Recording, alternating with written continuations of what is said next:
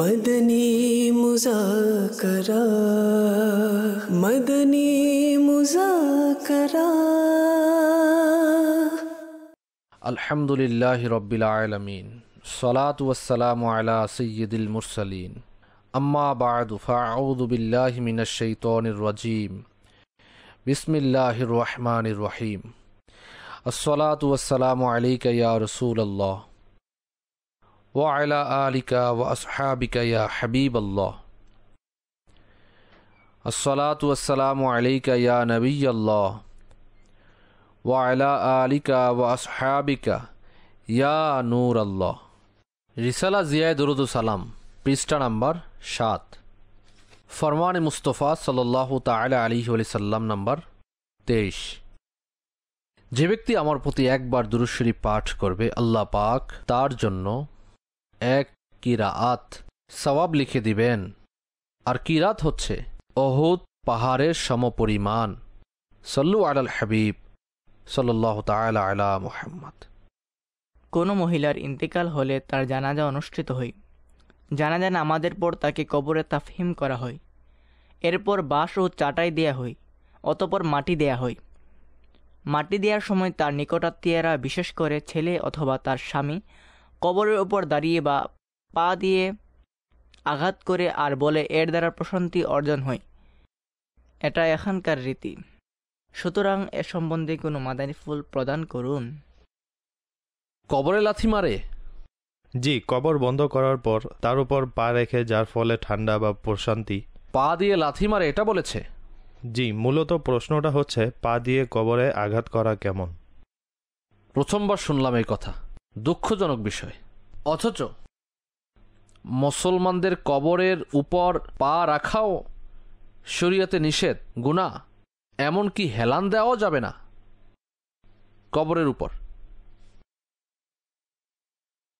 যদি এরূপ প্রথা থেকেও থাকে, যে এমন করেছে তাকে তওবাও করতে হবে, কেননা কৃত প্রশ্নে মুসলমানদের কবরের অসম্মানই হচ্ছে। আঘাত করছে, পা রাখা, লাথি মারা। প্রশ্ন শুনে আমার তো মনে হচ্ছে যে কোনো শত্রুকে দাফন করা হয়েছে আর আক্রোশে মরে গেছে, আমি প্রতিশোধ নিতে পারিনি, এই জন্য কবরে গিয়ে সে লাথি মারছে। এটা তো শুনতেই কেমন জানি লাগছে যে এ কেমন অদ্ভুত রীতি, লাথি মারে, পা রাখে। আমি তো আশ্চর্য হচ্ছি যে মুসলমানদের মাঝেও এমন। অর্থাৎ করার সাথে সাথে এও বলেছিল যে এতে মুর্দার প্রশান্তি মিলে। এগুলো শয়তান বসিয়ে দিয়েছে মস্তিষ্কে। আল্লাহর পানা, আল্লাহর পানা। এর থেকে তওবা করুন, এমনটা করবেন না। আচ্ছা, আপনি যে বলেছেন না তাফহিম, তাফহিম অর্থ হচ্ছে বুঝানো। তাদফিন, তা দাল ফা ইয়া নুন, তাদফিন অর্থাৎ দাফন করা। কাজেই এখানে মৃত্যুকে তাফহিম করা হয় বলা যাবে না, মুর্দাকে, মৃত ব্যক্তিকে তাদফিন করা হয়। বাক্যটি এভাবে হবে, সেন্টেন্স। আমার দাওয়াত ইসলামীর সমস্ত মুবাল্লিগিন, মুবাল্লিগাত, তাদের কাছে আমার অনুরোধ, হয়তো আপনারা মাদানী মুজাকারা দেখছেন, আর এতে যে ধরনের প্রশ্ন আসে, আর এতে যে ধরনের প্রশ্ন আসে, ওই সকল প্রশ্নে শরীয়ত বিরোধী প্রথা প্রচলন সামনে আসে এবং শরীয়ত বিরোধী সকল রীতি যা সমাজের মধ্যে, সোসাইটির মধ্যে, তাছাড়া জ্ঞানের দুর্বলতা সম্পর্কে যা কিছু আপনারা শ্রবণ করছেন, যে আপনাদের কি মনে হয় না আপনাদের নেকির দাওয়াত সমাজে এখনও কত বেশি প্রয়োজন? গ্রামে গ্রামে, মহল্লায় মহল্লায়, শহরে শহরে, গলিতে গলিতে, মাঠে ঘাটে, দুয়ারে দুয়ারে নেকির দাওয়াত পৌঁছানো, নেকির দাওয়াত দেওয়া, এটা কত জরুরি বর্তমান সময়ে। দরস ও বয়ান, মাদ্রাসাতুল মদিনা বালেগান, বালেগাত, এই সমস্ত বিষয় নিয়ে দাওয়াত ইসলামের সমস্ত মুবাল্লিগিন, মুবাল্লিগাত, শুভাকাঙ্ক্ষী, বরং প্রত্যেক আশিকে রাসূলকে বিবেচনা করা উচিত যেন তারা নিজেদেরকে মাদানী কাফেলার মুসাফির বানায়। আমাদের এখনই তৈরি হতে হবে, কেননা এই ইলমে দিনকে ব্যাপক করার উত্তম পন্থা হল মাদানী কাফেলা, মাদ্রাসাতুল মদিনা বালেগান, চৌক দরস, অনুরূপভাবে ঘর দরস, মসজিদে দরস। আমাদের এগুলোকে ব্যাপক করতে হবে, কেননা দাওয়াত ইসলামী এমন একটি নক্ষত্রের নাম, এর মুবাল্লিক ইনশাল্লাহ যেখানে চলে যাবে সেখানে আল্লাহর রহমতে জ্ঞানের, ইলমে দিনের নূর আসবে, জাহিলিয়াতের অন্ধকার দূরীভূত হবে ইনশাআল্লাহ। যিনি প্রশ্ন করছেন তিনি দাওয়াত ইসলামের সাথে সম্পৃক্তই আছেন হয়তো। জি হ্যাঁ। এজন্যই তার বুঝে আসেনি যে মানুষ এগুলো কি করছে। জি জি, যিনি প্রশ্ন সে করেছেন আপনার নিকট সম্ভবত মাসালার সমাধান এবং দিক নির্দেশনা জানতে চেয়েছে যে কি হবে। সমাজে এমন লোক আছে যাদেরকে বোঝানো সহজ নয়, কাজেই এ বেচারা তো বুঝে গিয়েছে, সে এত পাওয়ারফুল নয় হয়তো। সমাজে যারা নেতৃস্থানীয় ব্যক্তি আছে, আল্লাহ করুক যদি তাদের বুঝে চলে আসে, তারা বুঝাতে পারবে। সাধারণ মানুষ কিভাবে বুঝাবে? অনেক সময় প্রশ্নের উত্তর প্রশ্নকারীর জানা থাকে। যেমন আমরা অনেক সময় সফরে যাই, তখন আমরা সবাই একত্রে সমবেত হয়ে বসি, তখন আমাদের কিছু না কিছু মাসালা জানা থাকে। সেখানে থেকেই লাইভে মাদানী মুযাকারায় প্রশ্ন করে নেই, যাতে আপনার উত্তর বিশেষ করে ওই লোকদের কাছে পৌঁছে যায় যারা যারা সে সময় আমাদের সাথে যাকে বোঝাতে হবে। এমন হতে পারে ইসলামী ভাই অবগত আছেন যে তারা বসে আছেন মাদানী চ্যানেলের সামনে, যদি প্রশ্ন করে আর উত্তর পেয়ে যায় তাহলে তো এতে করে আমির আহলে সুন্নতের মাধ্যমে তাদের কাছে মাসালা পৌঁছে এটা যাবে। খুবই সম্ভব যে আর হতে পারে ওই সকল লোকও দাওয়াত ইসলামের সাথে সম্পৃক্ত, এটাও সম্ভব। আর এই ইসলামী ভাই বুদ্ধি খাটিয়ে এ প্রশ্নের উত্তর ইউটিউব থেকে বের করে ক্লিপ বানিয়ে তাদেরকে শোনাতে পারে। সুতরাং ইউটিউবে, ফেসবুকে, আমাদের সোশ্যাল পেজে যেখানে আলহামদুলিল্লাহ আমাদের এই ভিডিওগুলো আপলোড হয় এবং সংরক্ষিত থাকে, আপনি সেখান থেকে উপকৃত হতে পারেন। সল্লু আলাল হাবিব সাল্লাল্লাহু তাআলা আলা মুহাম্মদ। কাবার সামনে হাত জোর করা কেমন? কোনো সমস্যা নেই। আসলে কাবার জন্য হাত জোর করে না, আল্লাহ পাকের দরবারে হাত জোর করা হয়। যেমন কাবার দিকে আমরা সিজদা করি, তো সিজদা কাবাকে করি না, সিজদা আল্লাহকে করি। আল্লাহ পাকের নির্দেশে কাবা দিক হিসেবে নির্ধারিত হয়েছে নামাজের জন্য। প্রথমে বাইতুল মুকাদ্দাস ছিল। আল্লাহ পাক এমনিতেই দিক থেকে, ডাইরেকশন থেকে পবিত্র, অর্থাৎ ডাইরেকশন বলতে কিছুই নেই আল্লাহর জন্য, না উপর না নিচ, না রাইট লেফট ব্যাক ফ্রন্ট, এমন কিছুই নেই যা তিনি নির্দেশ দিবেন। তো কেউ যদি কাবার সামনে হাত জোর করে, সে মূলত আল্লাহর সামনে হাত জোর করে। যেমন নাচ শরীফেও তো আমরা হাত জোর করি, সামনে অন্য কেউ বসা থাকে, তো বোধশক্তি কম ব্যক্তি ধারণা করবে যে সে অমুকের সামনে হাত জোর করছে, মূলত সে প্রিয় নবীর দরবারে বিনয় প্রকাশ করছে হাত জোর করে। যখন দোয়া করি, এখন আমি হাত উঠিয়েছি, সামনে স্ক্রিন, আমার সামনে দেয়াল রয়েছে, এর মানে কেউ ধারণা করবে না যে দেয়ালের সামনে হাত উঠিয়েছে, সবাই বলবে আল্লাহর দরবারে হাত উঠিয়েছে। সল্লু আলাল হাবিব সাল্লাল্লাহু তাআলা আলা মুহাম্মদ। আমির আহলে সুন্নাতের কাছে প্রশ্ন হচ্ছে যে আজরে জাজিল দ্বারা উদ্দেশ্য কি, ব্যাখ্যা করে দিন। সবরে জমিল পর আজরে জাজিল মারহামত ফরমা। এর দ্বারা আমি যা বুঝতে পেরেছি যে অনেক বড় প্রতিদান করো। সল্লু আলাল হাবিব সাল্লাল্লাহু তাআলা আলা মুহাম্মদ। আমির আহলে সুন্নতের কাছে আমার প্রশ্ন হচ্ছে যে আমরা দুই ভাই, পিতা পূর্বেই ইন্তেকাল করেছেন আর আমাদের সন্তানাদিও আছে। আমরা উভয় কষ্ট ও পরিশ্রমে কাজ করি। আমি রোজা রাখি, তবে দুর্বলতার কারণে কাজ করতে পারি না, যার ফলে পরিবার চালাতে গিয়ে অনেক কষ্টের সম্মুখীন হতে হয়। এমন অবস্থায় আমি যদি কাজ করতে চাই তাহলে কি ভাইয়ের অনুমতি লাগবে? অথবা যদি আমার বড় ভাই ফ্যামিলি চালানোর জন্য কিছু দিতে চায় তাহলে আমি কি তা গ্রহণ করতে পারবো? দয়া করে উত্তর প্রদান করুন। সে কাজ করতে পারে না, তার ভাই করতে পারে, অর্থাৎ রোজা রেখে তার কাজ করার শক্তি থাকে না যে কাজ করবে। এটা তো মাশাআল্লাহ খুব ভালো কাজ। রোজা রাখতে গিয়ে কাজ ছেড়ে দিয়েছে রোজার কারণে, খুব ভালো কাজ, সওয়াবের কাজ।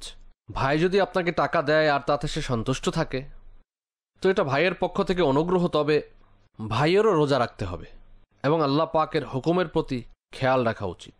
আল্লাহ তো সাহায্য করেন, মদত করেন। রোজা তো ফরজ, কাজ করার অজুহাতে রোজা মাফ হবে না, আর না কাজা করার অনুমতি আছে। তওবা করা উচিত। এখন পর্যন্ত যত রোজা কাজা হয়েছে কাজ করার কারণে বা অন্য কোনো কারণে, সব আদায় করতে হবে। সল্লু আলাল হাবিব সাল্লাল্লাহু তাআলা আলা মুহাম্মদ। আমিরা আহলে সুন্নতের কাছে আমার প্রশ্ন হচ্ছে যে রেজাই নাতি কাকে বলে, এটা আসলে কি, এই বিষয়টা একটু ব্যাখ্যা করে দিন। এটা কিভাবে হয়? বাচ্চাদের দুধ পান করানোর সময় সর্বোচ্চ কতদিন, এটা বলে দিন। রেজাই নাতি কাকে বলে, আর দ্বিতীয় প্রশ্ন হলো যে দুধ পান করানোর সর্বোচ্চ সময় কতদিন? রেজাই নাতি অর্থাৎ যে শিশু কারো ছেলের স্ত্রীর দুধ পান করবে, তখন সে দুধ পানের কারণে নাতি হয়ে যাবে, তখন তাকে রেজাই নাতি বলা হবে। আবার দুধ নাতিও বলা হয়, এতে জোয়াদ আছে, শেষে আইনও আছে, রেজা আই। আর দুধ পান করানোর সময়সীমা 30 মাস, 30 মান্থস। তবে 2 বছর পূর্ণ হওয়ার পর বাচ্চাকে দুধ পান করানো গুনাহ ও হারাম। 2 বছর পর দুধ পান করানো যাবে না। তবে 2.5 বছর পর্যন্ত, যদি 2 বছর পর এবং 2.5 বছরের মধ্যে হিজরি সন মোতাবেক যদি কেউ দুধ পান করিয়ে দেয়, তাহলে হুরমাতে নিকাহ সাব্যস্ত হয়ে যাবে, অর্থাৎ দুধের সম্পর্ক সৃষ্টি হয়ে যাবে। তবে এভাবে দুধ পান করানো গুনাহ 2 বছরের পর। আর যদি কেউ 2.5 বছর পর দুধ পান করায়, তখন তো সম্পর্ক প্রতিষ্ঠিত হবে না। গুনাহ তো হবেই, কিন্তু সম্পর্কও প্রতিষ্ঠিত হবে না। সল্লু আলাল হাবিব সাল্লাল্লাহু তাআলা আলা মুহাম্মদ। আমির আলী সুন্নতের কাছে আমার প্রশ্ন হচ্ছে, ফরজ নামাজে যেভাবে ইমামের পিছনে মুক্তাদি নিশ্চুপ থাকে, যখন জানাজা নামাজ আদায় করে তখন কি মুক্তাদি ফরজ নামাজের ন্যায় পিছনে চুপ থাকবে, নাকি যা পাঠ করার হুকুম তা পাঠ করবে? ইমামের পিছনে কিরাত পড়তে হবে না। আর রুকু, সিজদা, তাসবিহ সমূহ এমনিতেই 5 ওয়াক্ত নামাজের মধ্যে পড়তে হবে। আত্তাহিয়াতও পড়তে হবে। প্রথম রাকাতে সূরা ফাতিহা ইমাম শুরু করেননি, তখন সানাও পড়তে হবে। তো বাকি নামাজে জানাজার নামাজে সব কিছুই পড়তে হবে, কেননা এর মধ্যে তো কিরাতই নেই। সানা রয়েছে, তাও পড়তে হবে। দুরুদ ইব্রাহিমও পড়তে হবে। বালিগ হলে বালিগের জানাজার দোয়া, নাবালিগ হলে নাবালিগের জানাজার দোয়া, নাবালিগা হলে মেয়ে হলে তার জানাজার দোয়া, সব কিছু পড়তে হবে। সল্লু আলাল হাবিব সাল্লাল্লাহু তাআলা আলা মুহাম্মদ। যদি প্রত্যেক নামাজের সাথে কাজা নামাজও আদায় করতে চায়, তখন কি ওই ওয়াক্তের নামাজ সম্পূর্ণ পড়ে তারপর কাজা পড়বে, নাকি শুধু ফরজ নামাজ আদায় করে কাজা নামাজ পড়তে পারবে? আসলে এটা জনসাধারণের মাঝে অনেক প্রসিদ্ধ। কাজা আদায় করার এই পদ্ধতি নির্ধারিত না যে এমনই করতে হবে, 5 ওয়াক্তই কাজা করবে 5 ওয়াক্ত নামাজের পরে, তেমনটা নয়। কারো উপর কাজা যদি থাকে, তখন আবশ্যক হচ্ছে যে যত দ্রুত সম্ভব জলদি প্রয়োজনীয় কাজ শেষ করে যখনই সময় পাবে নিজের কাজাগুলো আদায় করে নেবে। এটা ওয়াজিব। এখন কথা হচ্ছে, ফরজের পর কাজা পড়লে তখন সুন্নতে দেরি হবে। আর কারণ ব্যতীত ফরজ ও সুন্নতে দেরি করা এটা নিষেধ। এজন্য ফরজ নামাজের পূর্বে পড়বে যতক্ষণ সময় পাবে। ফরজ ও সুন্নত আদায়ে দেরি না করে সুন্নত আদায়ের পর কাজা পড়ুন। আসরের পর কাজা পড়তে পারবে, কাজাই ওমরি আসরের পর পড়তে চাইলে পড়তে পারবে, তবে মাকরু ওয়াক্তে পড়া যাবে না। কাজা ছাড়াও কোনো নামাজ পড়া যাবে না। যেমন সূর্য অস্ত যাওয়ার 20 মিনিট বাকি আছে, তখন কাজা পড়া যাবে না। অনুরূপভাবে ফজরের পর কেউ পড়তে চাইলে সূর্য উদয় হওয়ার আগে আগে অবসর হয়ে নিন। সূর্য উদয় হওয়ার পর 20 মিনিট পর্যন্ত কোনো নামাজ পড়া যাবে না, কাজাও পড়া যাবে না। আর এমন জায়গায় পড়তে হবে যেন কেউ না দেখে। এছাড়াও কাজা নির্জনে পড়া উচিত, যাতে কেউ বুঝতে না পারে, আর কাউকে বলাও যাবে না। কেউ বলল, আসুন জামাতের সাথে নফল পড়ি, উদাহরণস্বরূপ, এই বলে আপনাকে দাওয়াত দিচ্ছে, আর আপনি চাচ্ছেন কাজা পড়বেন, তখন আপনি তাকে বলবেন না যে আমার উপর কাজা আছে, আমি কাজা পড়ব। এটা আপনাকে স্মরণ রাখতে হবে যে গুনাহ প্রকাশ করাও গুনাহ, নামাজ কাজা করাও তো গুনাহ। কারণ ব্যতীত এটা প্রকাশ করা যাবে না। সাধারণত মানুষ এটাকে অপরাধ মনে করে না, যে ওমরি কাজা আদায় করে তাকে বাহাদুর মনে করে। অনেকে বলে আজকে আমার ফজর কাজা হয়ে গেছে, হ্যাঁ, ঘুম ভাঙেনি, রাতে দেরি করে ঘুমিয়েছিলাম, অন্যান্য নামাজ ঠিকই পড়ি। হ্যাঁ, অথচ তাকে লজ্জায় মরে যাওয়া উচিত। ফজর কেন কাজা হয়েছে খুব আফসোস করা উচিত। অনুতপ্ত হয়ে আল্লাহর দরবারে কান্নাকাটি করে তওবা করুন। আর না মানুষকে বলা যাবে যে আমার ফজর কাজা হয়েছে, এমনটা করা উচিত না। বাপা ঘুমাতে হবে তো এটা ঠিক আছে, তবে এতে সতর্ক হওয়া যে নামাজ কাজা না হয়। কিন্তু মানুষ তো জাগ্রত অবস্থায় স্বেচ্ছায় সজ্ঞানে জি জি নামাজ কাজা করছে, আর তার কোনো ফিলিংস বা অনুভূতি নেই যে আমার জোহর ছুটে গেছে, আসর ছুটে গেছে, মাগরিব ছুটে গেছে, এশা ছুটে গেছে, যে নামাজ না পড়তে পড়তে সে এমন পর্যায়ে চলে গেছে যে নামাজ না পড়তে পারার কারণে কোনো আফসোস, অনুশোচনা, ভয়, ভীতি, লজ্জা কিছুই নেই, তার খুব ইজি নরমাল হয়ে গেছে, যেমন কোনো ধরনের অন্যায় কাজ সে করেনি। মাযাল্লাহ। আপনারা দেখবেন বিয়ে শাদী যখন দেয়া হয় তখন জিজ্ঞাসা করে ইনকাম কত। হ্যাঁ, যদিও তা সুদের হয়, ইনকাম তো করে। নামাজের প্রশ্ন করে না, নামাজ পড়ে নাকি পড়ে না। মাআযাল্লাহ। রমজানের রোজা রাখে কি রাখে না এ বিষয়ে প্রশ্ন করে না। ইনকাম হলেই হলো। যদিও হারাম খাওয়াবে তো। আচ্ছা, মুখে হয়তো বলা যায় না, তবে অন্তরে তো থাকা উচিত আয়ের সোর্স হালাল নাকি হারাম। প্রশ্ন করাও ঠিক না। আসল বিষয় হচ্ছে যে যদি মেয়ের অভিভাবক ছেলেকে দেখতে যায়, অর্থাৎ উদাহরণস্বরূপ কেউ বলল ছেলে তো ঠিকই আছে, তবে একটু সিনেমা নাটক দেখে, গান বাজনা শুনে, দাড়ি মুন্ডন করে, আর নামাজ পড়ে না, বাস এই এতটুকু, আর কিছু না, তখন সে হয়তো হাসবে আর বলবে এটা আর কি, আমি তো তার চেয়ে 2 কদম আগে, আমি আমার মেয়ের জন্য এসেছি। উত্তরে বলবে, আরে সে তো অন্তত জুমার দিনে আল্লাহর সামনে ঝুঁকে যায়, আর আমার মেয়ে তো নামাজই পড়ে না।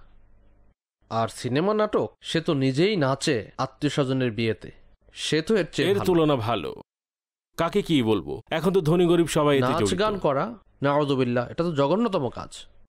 ধনাঢ্য ব্যক্তিদের বিয়েতে ফ্যাশন হয়ে গেছে, ধনাঢ্য হোক অথবা গরিব হোক, যাই বলুন, ধনী গরিব সবাই এতে লিপ্ত। আবার এরাই বলে থাকে ঝগড়া হয়, সংসারে অশান্তি, বিরক্ত করে, মারধর করে, বাবার বাড়ি গিয়ে বসে আছে। সমাজের মানুষ বিবাহ অনুষ্ঠানে রহমত প্রবেশ করার সমস্ত রাস্তা বন্ধ করে রেখেছে। তো এগুলোই হবে, শয়তান নিজেও নাচবে, অন্যকেও নাচাবে। আল্লাহ হিদায়াত দান করুন। আমিন। প্রকৃত তওবা নসিব করুন। আমিন। সাল্লু আলাল হাবিব সাল্লাল্লাহু তাআলা আলা মুহাম্মদ। যদি কোনো ইসলামী বোন নামাজ পড়ে আর তার উড়না খুলে যায়, এর কারণে চুল দেখা যায়, আর কোনো না মুহররম তাকে না দেখে, তাহলে কি তার নামাজে কোনো পার্থক্য আসবে? না মাহরামের কাছে চুল যখন না মাহরাম সামনে থাকবে তখন ঢেকে রাখবে, কিন্তু নামাজে তো চুল ঢেকে রাখা ফরজ। না মাহরাম থাকুক বা না থাকুক, না মাহরাম আছে আর চুলগুলো দেখা যাচ্ছে, তখন হতে পারে গুনাহের সাথে আরেকটি গুনাহ যুক্ত হবে। কিন্তু নামাজের মধ্যে যদি চুল দেখা যায় অথবা ওড়না না থাকে, তাহলে তো নামাজ হবে না। সাল্লু আলাল হাবিব সাল্লাল্লাহু তাআলা আলা মুহাম্মদ। আমার প্রশ্ন হচ্ছে, বিয়েতে স্বর্ণের আংটি দিলে তা কি পরা উচিত নাকি রেখে দেব? আবার পরেও থাকে মনে হয় হবু স্ত্রী। এটা তো গুনাহের উপর গুনাহ হয়েছে। একে তো স্বর্ণের আংটি পুরুষের পরে হারাম, আবার একজন অপরিচিতা, এখনো তো বিয়ে হয়নি, এখনো একে অপরের জন্য হালাল হয়নি, অতএব হাত স্পর্শ করা এটা দ্বিতীয় গুনাহ। হাত ধরা উভয়ের জন্য গুনাহ। যিনি পুরুষকে স্বর্ণ পরাচ্ছে সেও গুনাহগার হচ্ছে, হাত যে স্পর্শ করছে সেও গুনাহগার হচ্ছে, উভয়ই গুনাহগার। আর এতে যারা সন্তুষ্ট হয়, ঘরে সবাই এতে সন্তুষ্ট হয়ে থাকে, হাসি ঠাট্টা করে, কাজে যারা যারা সন্তুষ্ট তারাও গুনাহগার। তওবা করা উচিত যদি এমন হয়ে থাকে সত্য অন্তরে। এই আংটি পরানোর পর আমাদের এখানে অনেকে মনে করে যে এখন ছেলে মেয়ে দেখা সাক্ষাৎ করতে পারবে, ঘুরতে পারবে, আসা যাওয়া করতে পারবে। এটা মারাত্মক ভুল, শরীয়তের অনুমতি নেই। আর এমনিতেও আপনি নির্বোধের ন্যায় কাজ করছেন, কেননা আংটি পরানোর পর অনেক ক্ষেত্রে বিয়ে ভেঙে যায়। কাজে এরূপ কখনো করবেন না, দয়া করুন। আর যাদের আংটি পরানো হয়ে গিয়েছে বিয়ের জন্য, ছেলে মেয়ে, আমি তাদেরকে এই পরামর্শ দিব, যদি আপনারা বিয়ের পর সুখে শান্তিতে জীবন কাটাতে চান, তাহলে দয়া করে বিয়ের আগে কোনো প্রকারের কথাবার্তা বলবেন না। নিজেদের মধ্যে আগ বাড়িয়ে কথাবার্তা বলার কারণে বিয়ের পূর্বেই ফিতনা ফাসাদ শুরু হয়ে যায়, ঝগড়া বেঁধে যায়। তাদের বিয়ে হয়ে গেলেও তখন এত সুখে শান্তিতে জীবন কাটাতে পারে না। পূর্বের সমস্ত কর্মকাণ্ডের ফল বিয়ের পর ভোগ করতে হয়। কাজেই ইসলাম ও শরীয়তের বিধান রয়েছে তা অবলম্বন করুন ইনশাআল্লাহ। বিয়ের পর আল্লাহ চাইলে আপনারা সুখে শান্তিতে জীবন কাটাবেন। সল্লু আলাল হাবিব সাল্লাল্লাহু তাআলা আলা মুহাম্মদ। অনেক সময় দেখা যায় শিশু সন্তান নাবালিক অবস্থায় ইন্তেকাল করে। এখন প্রশ্ন হচ্ছে, কোনো শিশু নাবালিক অবস্থায় ইন্তেকাল করলে সে কি জান্নাতে যাবে? বর্ণিত রয়েছে এভাবেই, অমুসলিমদের নাবালিক সন্তান মারা গেলে তাদের ব্যাপারে বিভিন্ন মতামত আছে। যে কিছু বলবেন? জি জি, এটাই আমাদের জমহুর আইম্মাদের অভিমত হচ্ছে, সঠিক আকীদা সম্পন্ন ব্যক্তির শিশু ইন্তেকাল করলে সে জান্নাতে প্রবেশ করবে। আরেকটি অভিমত হচ্ছে এতে নীরবতা অবলম্বন করা উচিত। কাফিরের সন্তানের ব্যাপারও একটি অভিমত হচ্ছে যে এতে নীরবতা অবলম্বন করা উচিত, অর্থাৎ এতে চুপ থাকাই কল্যাণকর। সল্লু আলাল হাবিব সাল্লাল্লাহু তাআলা আলা মুহাম্মদ। একজন প্রশ্ন করেছে, ইতেকাফে কি অনলাইন ক্লাস নিতে পারবে? কোনো সমস্যা নেই। আচ্ছা, ক্লাস কোন টাইপের? কোরআন পড়া? এটা আচ্ছা, এটাও এক ধরনের দিনই কাজ। আর যদি সে টাকার বিনিময়ে পড়ায় আর তার প্রয়োজন নেই টাকার বিনিময়ে পড়ানো, বেতন নিয়ে পড়ানোর, তো এক্ষেত্রে মুফতি সাহেবের কাছে জিজ্ঞাসা করতে হবে। টাকা বা বিনিময়ে নিয়েই পড়ায়। এমনিতে বিনিময় নিয়ে কোরআনুল মাজিদ মসজিদে পড়ানো তো নিষেধ। ফি সাবিলিল্লাহ পড়াতে পারবে। মসজিদে বাইতের ব্যাপারে কি বলবেন? মসজিদে কোরআন শরীফ পড়ানো, বেতন নিয়ে পড়ানো অনলাইনে। জি, আমাদের এখানে আসলে যে সকল মসজিদ আছে, কারি সাহেবগণ যে মসজিদগুলোতে পড়ান, মসজিদের কমিটিবৃন্দ যাদেরকে রাখে, তাদের শর্ত সাপেক্ষে অনুমতি আছে। তবে অনুরূপ মসজিদের ভিতর অনলাইনে পড়ানোর অনুমতি নেই। হ্যাঁ, মসজিদে বাইতের মধ্যে যদি এমন কোনো সিস্টেম থাকে সেক্ষেত্রে তো জায়েজ হয়ে যাবে। অন্যথায় তাই হবে যা আপনি ইরশাদ করেছেন, যে তা কোন ধরনের ক্লাস? অর্থাৎ দ্বীনি শিক্ষা নাকি অন্য কিছু? শিফা ফাতেমা নাম রাখতে পারবে? জি হ্যাঁ। সল্লু আলাল হাবিব সাল্লাল্লাহু তাআলা আলা মুহাম্মদ। আমির আলী সুন্নাতের কাছে প্রশ্ন হচ্ছে, কিছু সংখ্যক মসজিদে তারাবি নামাজের 2 রাকাত অথবা 4 রাকাত পর তারাবির যে দোয়া পড়া হয় তখন ইমাম উচ্চ স্বরে পড়ে আসসালাতু ওয়াল মুহাম্মদ, মুক্তাদিরাও সাথে পড়ে আসসালাতু ওয়াল মুহাম্মদ, অথবা বার মোহাম্মদ বা দিয়ে অথবা ওয়াল মোহাম্মদ ওয়াও দিয়ে। এইভাবে পড়া কি সঠিক? সুন্নি মুসলমানদের মাঝে এর প্রচলন আছে। মুহাম্মাদের প্রতি দুরূদ পাঠ করো সাল্লাল্লাহু আলাইহি সাল্লাম, আসসালাতু বার মুহাম্মদ সাল্লাল্লাহু তাআলা আলাইহি ওয়াসাল্লাম। এটা আরবি বাক্য না, এতে বার সম্ভবত ফার্সি শব্দ। বার অর্থ জন্য, তার প্রতি, অর্থাৎ মুহাম্মাদের প্রতি দরুদ পাঠ করো সাল্লাল্লাহু আলাইহি ওয়াসাল্লাম। জানা নাই এমন বাক্য আছে কিনা, কেননা দরুদ পাঠ করার অর্থে তো সল্লু হবে। সল্লু অর্থ দরুদ পাঠ করো। আমরা যে বলি সাল্লু আলাল হাবিব, এটা কি ওই এটা যদি সমাজে প্রচলিত হয় তখন হয়তো আর কোনো আপত্তি থাকবে না। সল্লু আলাল হাবিব অর্থ দরুদ পড়ো, এর অর্থ এটাই, হাবিবের প্রতি দরুদ পড়ো। অত্যন্ত চমৎকার একটি বাক্য, কিন্তু মানুষের মধ্যে প্রসিদ্ধ হয়ে গেছে এটা। ওলামাগণও নিষেধ করেন না, আর এটা তো আরবি মোতাবেকও না। মুফতি সাহেব এ বিষয়ে ভালো বলতে পারবেন। জি ঠিক আছে বাপা, প্রকৃতপক্ষে আসসালাতু বার মুহাম্মদ অর্থ এটা যা আপনি ইরশাদ করেছেন, নবী সাল্লাল্লাহু আলাইহি সাল্লামের উপর দুরূদ। আর স্বাভাবিকভাবেই এসব বাক্যে আমরের সিগা অর্থাৎ হুকুম বাক্যের শুরুতেই উজ্জ থাকে, অর্থাৎ সল্লু আসসালাতু আলা, সল্লু সলাতা বার আলা অর্থাৎ মুহাম্মদ সাল্লাল্লাহু আলাইহি সাল্লামের প্রতি দুরূদ পড়ো। এভাবে বলা ঠিক আছে, এতে কোনো সমস্যা নেই। কিছু জিনিস উজ্জ থাকে বাপা। সল্লু আলাল হাবিব সাল্লাল্লাহু তাআলা আলা মুহাম্মদ। আপনার কাছে আমার প্রশ্ন হচ্ছে, আমি কিছু টাকা জাকাত দিতে যাচ্ছি, আর আমি সৈয়দ বংশের লোক এবং আমার বোনও সৈয়দ, আর আমার বোনের বিবাহ হয়ে গেছে, আর যার সাথে বিবাহ হয়েছে সে সৈয়দ বংশ না। এখন কি আমি তাকে জাকাত দিতে পারবো? নিজের বোনকে জাকাত তো দেয়া যাবে যদি সে হকদার হয়, সৈয়দ হলে দেয়া যাবে না। যিনি সৈয়দ তিনি অন্য সৈয়দকেও জাকাত দিতে পারবে না। প্রশ্নকারী বলছিলেন তার বোনের বিবাহ হয়ে গিয়েছে, যার সাথে বিবাহ হয়েছে সে সৈয়দ বংশের না, এক্ষেত্রে কি তাকে জাকাত দিতে পারবে? সে যদি হকদার হয় তাকে জাকাত দেওয়াতে অসুবিধা নেই। বোন জামাইকে। প্রশ্ন হচ্ছে মুকাল্লাত হওয়া এবং বায়াত হওয়ার মধ্যে কি পার্থক্য? মুকাল্লিদ আর বায়াতের মধ্যে কি পার্থক্য? মুকাল্লিদের জন্য বায়াত শর্ত না। মুকাল্লিদ অর্থ হচ্ছে অনুসরণকারী। যেমন আমরা ইমামে আজম আবু হানিফা রহমতুল্লাহি তাআলা আলাইয়ের অনুসরণকারী। তিনি যে কোরআন ও হাদিস মোতাবিক মাসআলা বয়ান করেছেন সেই মোতাবেক আমল করার চেষ্টা করি। এভাবে আমরা তার তাকলিদ করি, তার পিছনে চলি। আর বায়াত অর্থ হচ্ছে বিক্রি হয়ে যাওয়া। বায়াত হওয়া অর্থাৎ মুরিদ হওয়া, অর্থাৎ নিজেকে বিক্রি করে দেয়া, এটা তরিকতের পরিভাষা। তবে উভয়ের মধ্যে পার্থক্য আছে। সল্লু আলাল হাবিব সাল্লাল্লাহু তাআলা আলা মুহাম্মদ। ইয়া সাইয়্যিদি, আমাদের যে স্লোগান মহাব্বতের চোর চগলখোর, এখানে মহাব্বতের চোর দ্বারা কি উদ্দেশ্য? চগলখুরি ঝগড়া সৃষ্টি করে, মোহাব্বতে ফাটল ধরায়। তো এই চগলখোর মোহাব্বতের চোর, পরস্পরের মধ্যে মোহাব্বত ধ্বংস করে দেয় এবং হিংসা বিদ্বেষের ভিত্তি স্থাপন করে দেয়।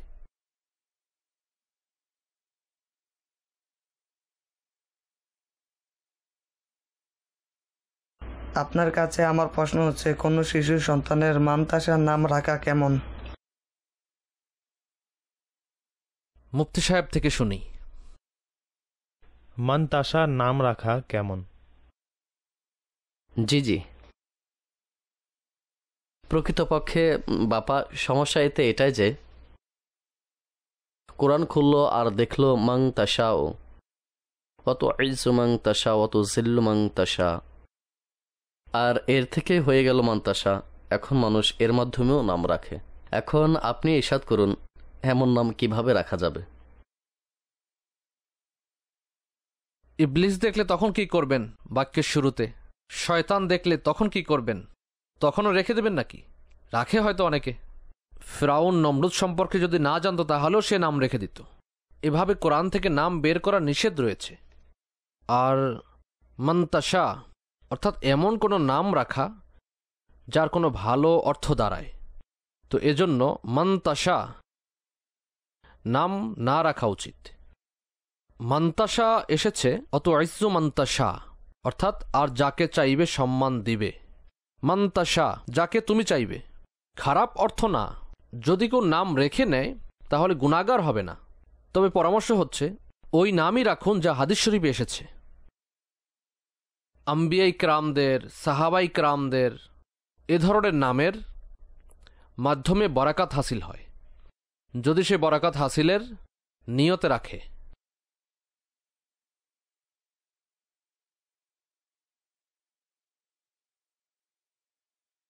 আমি নিজেও দেখেছি নাম রাখার আহকাম নামে যে কিতাব রয়েছে, এতে এত সংখ্যক নাম। যদি এই সমাজে এই কিতাব প্রসিদ্ধ হয়ে যায়, এতে এত নাম আছে হয়তো আপনি কখনো এগুলো শুনেননি। নাম, এর অর্থ, ব্যাখ্যাসহ সব কিছু এতে লেখা আছে। যদি এই কিতাবে লেখা নামগুলো রাখা শুরু করে দেন ছেলে মেয়েদের, আপনাদের যে চাহিদা নতুন নাম হতে হবে, হ্যাঁ ইউনিকও হবে, নতুনও হবে, ভালো অর্থ হবে, ভালো নাম অর্থ সহকারে অন্তত সেখানে পেয়ে যাবেন। এই থেকে স্মরণে এসেছে কিতাব আমাদের সাথে রাখা উচিত। বাবা, আপনার কাছে প্রশ্ন হচ্ছে, কোরআন তেলাওয়াত যে করি এটা কি সারা রাত করা যাবে নাকি সামান্য সময় করতে হবে, অথবা কতটুকু সময় করা উচিত? কোরআনে পাকের যে তেলাওয়াত সেটা কি রাতে করা যাবে, সারা রাত করা যাবে, অথবা কতটুকু সময় করা যাবে এই বিষয়ে জানতে চেয়েছে। সময়ের শর্ত নেই। যদি কেউ সারা রাত তেলাওয়াত করতে পারে এমন সামর্থ্য থাকে তাহলে করবে। ফরজ নামাজ অবশ্যই পড়বে, ঘুম থেকে উঠে তাহাজ্জুদের নামাজও পড়বে। তবে তেলাওয়াত করতে চাইলে করতে পারবে। তার যতক্ষণ মন চায়, যেন ঘুম না চলে আসে। তন্দ্রা অবস্থায় পড়া যাবে না। সল্লু আলাল হাবিব সাল্লাল্লাহু তাআলা আলা মুহাম্মদ। হুজুরের কাছে আমার প্রশ্ন হচ্ছে, কোরআনে কারিমের মধ্যে আল্লাহ পাকের ৯৯টি নাম আছে। তন্মধ্যে একটি নাম হচ্ছে ওকিল বা ওকিলুন। দয়া করে এই বিষয়ে রেহনুমাই করবেন যে এর ব্যাখ্যা কি হবে। যেমন আমাদের সমাজে লয়ারকে উকিল বলে কোর্ট কাচারিতে, কাজী আল্লাহ পাকের ক্ষেত্রে উকিলের কি অর্থ নিব আমরা? এই বিষয়ে আমাকে রেহনুমাই করবেন। আর আপনার কাছে অনুরোধ হচ্ছে মাগফিরাতের দোয়া করবেন। আল্লাহ পাক আমাকে, আমার সন্তান ও আমার পরিবারকে নেক বানিয়ে দিক, আপনার খাঁটি মুরিদ বানিয়ে দিক। জি মুফতি সাহেব। প্রথমত এটা বলে দেই যে আল্লাহ তাআলার ৯৯টি নাম কোরআনে মাজিদ, ফুরকানে হামিদের মাঝে উল্লেখ নেই। এই যে ৯৯টি নাম আমরা বলি, এগুলো হাদিস শরীফে এসেছে। আর দ্বিতীয় বিষয় হচ্ছে আল্লাহ পাকের নাম শুধু ৯৯টি নয়, এই ৯৯টি শুধু একটি হাদিস শরীফে এসেছে, এই জন্য এটা প্রসিদ্ধ। আল্লাহ তাবারক তাআলার নাম এত সংখ্যক যা বান্দা গুণে শেষ করতেই পারবে না। আর দ্বিতীয়ত উকিল কাফিল অর্থে ব্যবহৃত হয়, অর্থাৎ বান্দার সমগ্র বিষয়াদির ব্যবস্থাপক। মানুষের যা প্রয়োজন হয় অর্থাৎ কাজ কর্ম, তাদের যে রিজিক আছে সেগুলোর সার্বিক ব্যবস্থাপক, এগুলোর জিম্মাদার হচ্ছে আল্লাহ তাবারক তাআলা। আলেমগণ উকিলকে এই অর্থে বর্ণনা করেছেন। আচ্ছা, আমাদের সমাজে যে অ্যাডভোকেট থাকে তারা রিপ্রেজেন্টকারী হয়, অন্যের পক্ষ হয়ে কেস লড়ে। সল্লু আলাল হাবিব সাল্লাল্লাহু তাআলা আলা মুহাম্মদ। আমি শুনেছি জুমার দিন কাপড় ধোয়ার কারণে রিজিকে বরকত শূন্য হয়। দয়া করে এর উত্তর প্রদান করবেন। কোথাও পড়া অথবা শুনিনি আমি, আর বুঝেও আসছে না এগুলো। কাপড় ধোয়া অথচ গোসল করা সুন্নত। জুমার দিনে গোসল করা, কাপড় ময়লা আর একটাই কাপড়, তখন কি করবে? অথবা জুমার দিন কাপড় নাপাক হয়ে গেলে ধৌত না করে কি করবে? আল্লাহ পাকই ভালো জানেন। সল্লু আলাল হাবিব সাল্লাল্লাহু তাআলা আলা মুহাম্মদ। আপনার কাছে আমার প্রশ্ন হচ্ছে, যদি কারো কাছে আমার পাওনা থাকে আর সে আমার পাওনা আদায় করছে না, তখন তার থেকে আমি কিভাবে পাওনা আদায় করব? আর তার সাথে আমি সুন্দর ও ভদ্রভাবে কথা বলতে চাই এবং তার সাথে আমার বন্ধুত্ব ও সুসম্পর্ক নষ্ট করতে চাই না। এ বিষয়ে আমাকে কোনো পরামর্শ দিন যে আমি তার থেকে আমার টাকা কিভাবে আদায় করব, আর তাকে কিভাবে বুঝাই যে আমাকে আমার টাকা দিয়ে দাও। এখন বন্ধুত্ব রাখতে হবে, সুসম্পর্ক রাখতে হবে। এখন যদি গভীর বন্ধুত্ব হয় তাহলে দেখে নিন কত টাকা পাবেন, মাফ করে দিন, তাহলে সমাধান হয়ে যাবে। যদি সামান্য টাকা হয় আর আপনার মনও বড় হয়, এটাই সমাধান। আর কি? কথায় আছে, ঋণ ভালোবাসার কাচি স্বরূপ।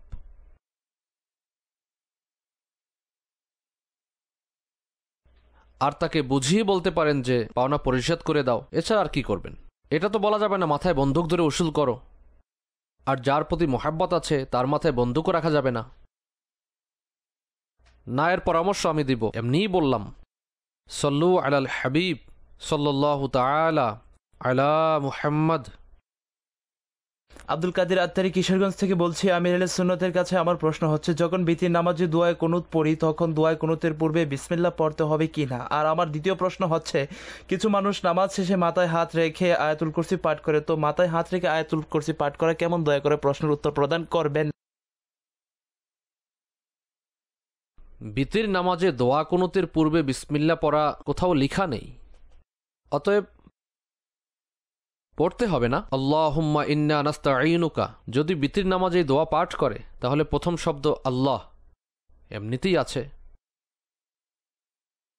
এছাড়া নামাজের মধ্যে আত্তাহিয়াতুর পূর্বেও বিসমিল্লাহ পড়ি না, দুরূদ শরীফ পড়ি, এর পূর্বেও তো বিসমিল্লাহ পড়ি না।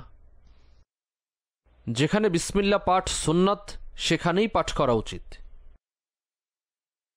আর মাথায় হাত রেখে আয়াতুল কুরসি যদি কেউ পাঠ করে তাকে নিষেধ তো করা যাবে না, তবে পাঠ করা কোনো পন্থা এবং আয়াতুল কুরসি পড়ার যে সকল ফজিলাত ও নিয়ম পড়েছি তাতে এমন কিছু পাইনি যে মাথায় হাত রেখে পড়ার বিশেষ ফজিলত আছে।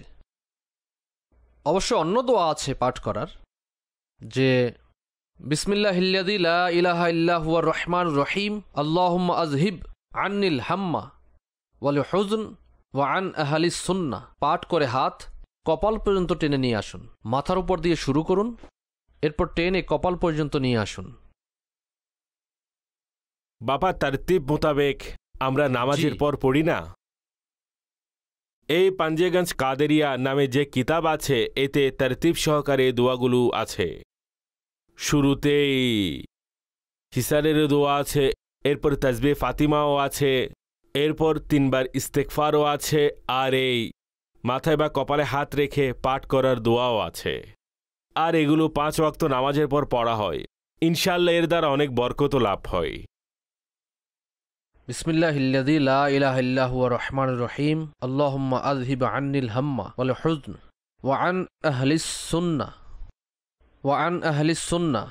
এই বাক্যটি হাদিস শরীফের মধ্যে নেই। আলা হযরত শরীয়তের নিয়ম মোতাবেক যতটুকু অনুমতি আছে এর ভিত্তিতে তিনি এই শব্দগুলো এতে যুক্ত করেছেন, বাড়িয়েছেন, আর বাড়াতে পারবে ওই সকল উলামাগণ যারা এর গভীরে পৌঁছতে পারে তাদের অনুমতি আছে। সল্লু আলাল হাবিব সাল্লাল্লাহু তাআলা আলা মুহাম্মদ। বাপাজানের কাছে আমার প্রশ্ন হচ্ছে, মহিলার কি সিলভারের চুড়ি পরিধান করে নামাজ পড়তে পারবে? আর জোহরের নামাজে যদি দেরি হয়ে যায় তাহলে পূর্বের 4 রাকাত সুন্নত কি পরবর্তীতে পড়া যাবে ফরজের পর? সিলভারের চুড়ি, সিলভার তো রূপাকে বলা হয়, রূপার চুড়ি পরিধান করে মহিলারা নামাজ পড়তে পারবে, কোনো সমস্যা নেই। আর শুধু জোহরের ফরজ ওই সময়ই পড়বে যখন অনেক বেশি লেট হয়ে যাবে। যদি সুন্নাত পড়ে তাহলে জোহরের ওয়াক্ত শেষ হয়ে যাবে, তখন তো ফরজ নামাজই প্রথমে পড়তে হবে। ফরজ নামাজের পর যদি আসরের ওয়াক্ত শুরু হয়ে যায় তাহলে সুন্নাত ছেড়ে দিবে, আর সুন্নাত পড়া যাবে না। পূর্বের সুন্নাত 4 রাকাতের সময় শেষ, শেষের 2 রাকাতেরও সময় শেষ, এর কাজাও করা যাবে না। আর এত লেট করা উচিত নয়, জেনে বুঝে এরূপ করাটাও ঠিক হবে না। সল্লু আলাল হাবিব সাল্লাল্লাহু তাআলা আলা মুহাম্মদ। আমির আহলে সুন্নাতের কাছে আমার প্রশ্ন হচ্ছে, যদি কেউ ওসিয়ত করে যে আমাকে অমুক কবরস্থানে দাফন করবে, তখন কি করা উচিত? তার ওসিয়তের উপর কি আমল করতে হবে? দয়া করে এর উত্তর প্রদান করবেন। জাযাকাল্লাহু খায়রা। এই ওসিয়তের উপর আমল করা ওয়াজিব তো নয়। যদি ওসিয়ত সম্পন্ন করতে তেমন কোনো বাধা বা বড় ধরনের কোনো বাধা না থাকে তাহলে সম্পন্ন করা উচিত। আর কোনো শরঈ বাধা না থাকে, আইনি বাধা না থাকে, কোনো সমস্যা না থাকে, যেমনটা প্রত্যেক মহল্লার নিজ নিজ কবরস্থান বানানো থাকে, অর্থাৎ সামাজিক কবরস্থান। এখন ওই সমাজের কবরস্থানে স্বাভাবিকভাবেই ওই সমাজের লোকজন যারা আছে তারা অনুমতি দিবে নাকি দিবে না, এর শর্ত কি কি ছিল, হয়তো এই ভিত্তিতে তারা চাঁদা সংগ্রহ করেছে যে আমাদের এই মহল্লার মানুষদেরকে এখানে দাফন করা হবে, এজন্য চাঁদা নিয়েছেন, তখন তো অন্যকে অনুমতি দেয়া যাবে না। বাকিটা মুফতি সাহেব যেমনটা বলেন। সঠিক বলেছেন আপনি যে এই ওসিয়তের উপর আমল করা এটা ওয়াজিব নয়। তবে উত্তম হচ্ছে যদি কেউ ওসিয়ত করে আর কোনো ধরনের বাধা না থাকে তাহলে এমত অবস্থায় সেখানে দাফন করে দেওয়া উচিত। অন্যথায় আপনি যা ইরশাদ করেছেন সে অনুযায়ী ঠিক আছে। অনেক ক্ষেত্রে দেখা যায় যে নির্দিষ্ট পরিবারের জন্য ওয়াকফ থাকে, তখন স্বাভাবিকভাবে সেখানে অন্য কাউকে দাফন করা যাবে না। সল্লু আলাল হাবিব সাল্লাল্লাহু তাআলা আলা মুহাম্মদ। এসবের সমষ্টি মদনী মুযাকারা, মদনী মুযাকারা।